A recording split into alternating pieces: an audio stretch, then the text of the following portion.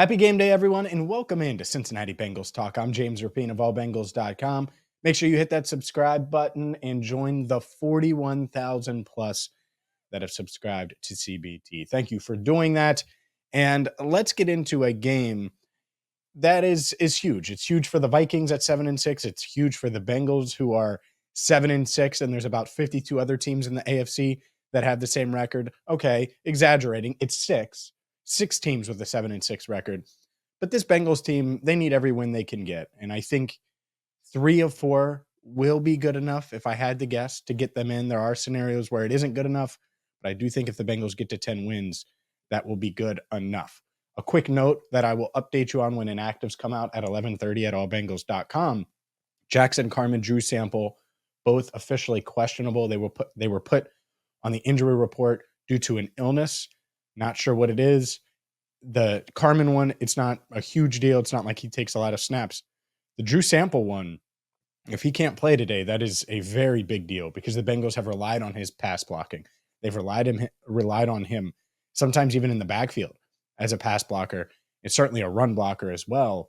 And so it would be really nice to have a guy like Drew Sample today against a physical Vikings front, against the best defense they've faced over the past couple of weeks during this run with this offensive explosion where Jake Browning has played at a really high level. And I think the interesting thing today about this game is we're going to see if this is sustainable, if they are able to continue to run the ball or run the offense through the running backs, because I count a lot of those quick passes, short passes. That's just another element of the running game. And if you can get the screen game working again, great. If you can find a way to get explosive runs from Chase Brown or get Joe Mixon in space, great. I also think that this is going to have to be a wide receiver game because these Vikings, they like the blitz. They like to get after the opposing quarterbacks and keep them rattled or get them rattled and then keep them rattled by looking like they're going to blitz and then dropping 8. And then it looks like they're going to drop 8 and then they blitz. And they're really good at disguising things and what they're doing and hiding it and keeping quarterbacks on their toes. So it's an interesting test, a good test for Jake Browning, a good test for this offense as they try to,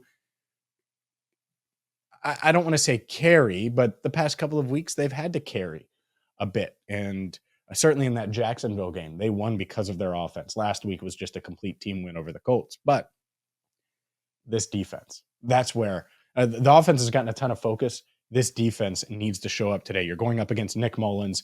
Yes, they have good skill guys in Justin Jefferson. They have Jordan Addison. TJ Hawkinson is one of the best tight ends in the NFL. You have to limit the explosives. You have to be able to get off the field on third down. All of those things they were able to do against the Colts. Can you do that now against an offense that is better? Nick Mullins might not be better than Gardner Minshew, but he has better weapons. And they have the talent in Minnesota, no doubt, to put up big numbers. And I don't think that's going to be the case today where it's huge numbers, but you still got to get off the field, get the ball to your offense, give them a short field or two.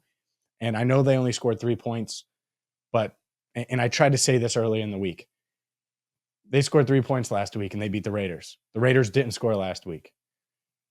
Thursday night, what did the Raiders do? The NFL is weird. And so this Vikings team, you can't take them lightly. You can't look past them.